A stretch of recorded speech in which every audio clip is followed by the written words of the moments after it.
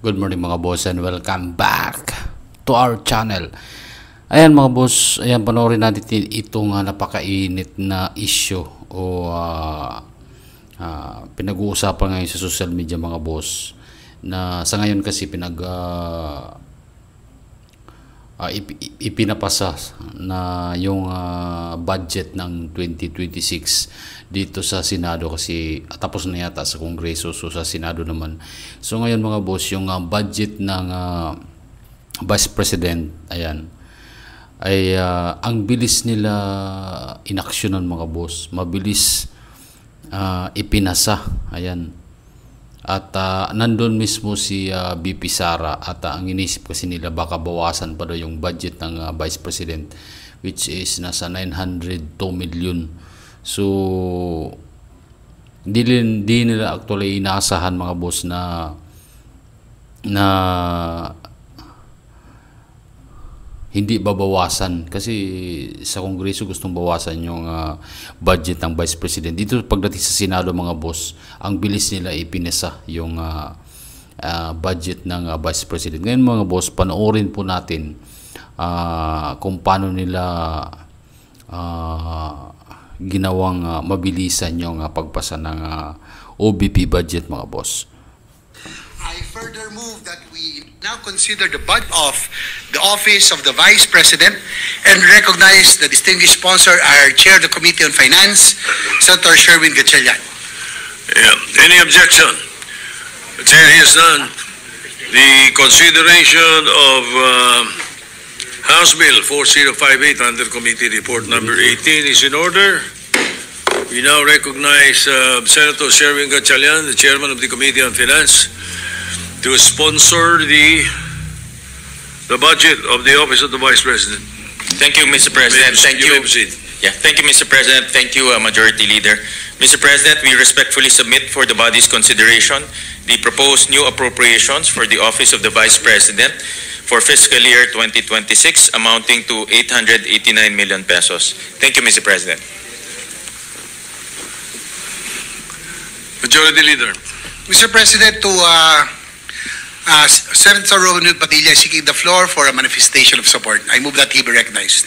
Senator Robin Padilla is recognized. And by the way, we would like to recognize the presence of the Vice President, Vice President Sara Duterte. Welcome to the Senate, Your Honor.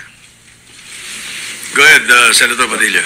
Maraming salamat po, Ginoong Pangulo, at sa ating pong pinunong mayorya. Ako po'y walang katanungan sa ating ginoong sponsor, Senator Sherwin Gatchalian, kundi ako po'y magmamanifest lamang. Ako po'y natutuwa sapagkat dito po sa ating bulwagan ay atin pong hindi binawasan ang budget ng ating pangalawang Pangulo, bagkus ay dinagdagan. Sapagkat alam niyo po, sa akin pong karanasan, sa tuwing may dadating na kalamidad, kalungkutan, kamatayan, naandyan po lagi ang ating pangalawang Pangulo upang makiramay, tumulong. Kahit saan pong lupalop sa Pilipinas, makikita po natin ang opisina ng ating pangalawang Pangulo, at siya mismo pumupunta sa mga lugar na hindi pa po naabot ng kahit na sinong naging public official. Kaya ako po yung masaya at ako po yung nagpapasalamat sa ating mga kasama, sa ating pong sponsor, Senator Sherwin, sa ating pong Senate President, sa lahat po na bumubuo, sa lahat po ng mga senador. Maraming salamat po, at hindi po nagmula dito sa ating bulwagan ang pang-iipit sa ating pangalawang Pangulo. Muli po, maraming salamat, at pinatutunayan ko po ng napakalaki ng naitulong ng ating pangalawang Pangulo. Maraming salamat po. Thank you. Majority Leader, what is the pleasure of the body? Yes, Mr. President, there being no other reservation for interpellation, I move to close the period of interpellation on the budget of the Office of the Vice President, and that the same be deemed submitted for the body's consideration. Any objection?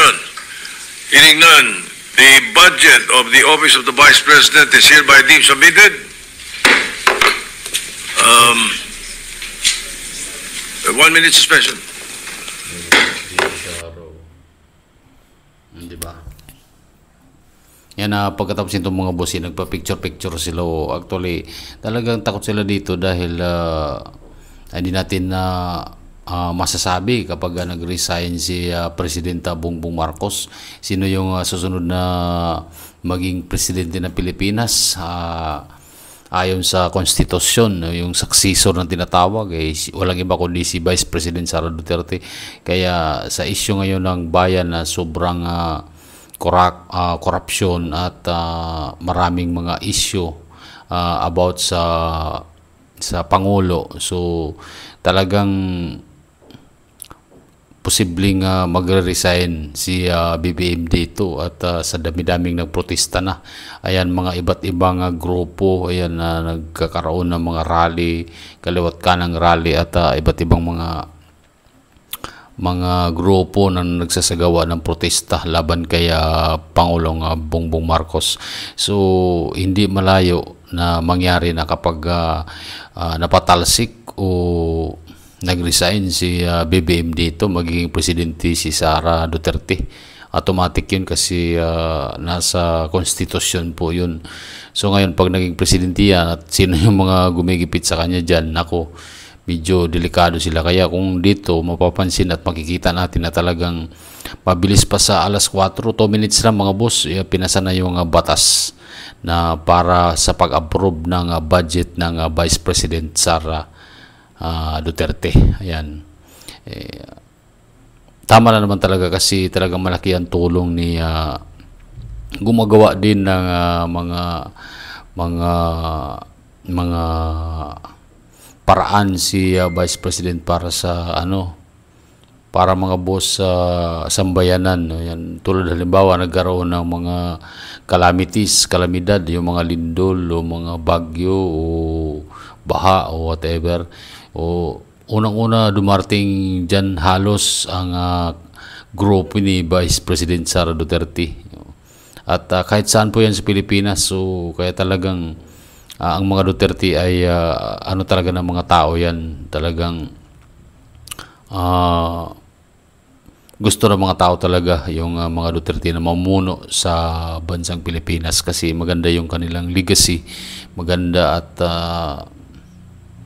di kagaya ng admin ngayon na nasasangkot sa iba't ibang katiwalian sa gobyerno. So talagang ito na, kaya talagang di natin masasabi na biglang mag-resign si Bongbong Marcos dahil nga dun sa mga nasasangkot sa mga iba't ibang issue ng bayan. So matik yan, si Vice President magiging presidente ng Pilipinas. So mga boss, kayo may mga opinion ba kayo dito? O kung meron man, may comment nyo dyan sa baba at pag-uusapan natin. At sa mga hindi pa natin na subscriber dyan, please paki-like, paki-share na rin at paki-pindot naman yung subscribe button dyan sa baba. Ayan, yun na lang po yung regalo nyo sa akin. Ayan, maraming salamat mga boss.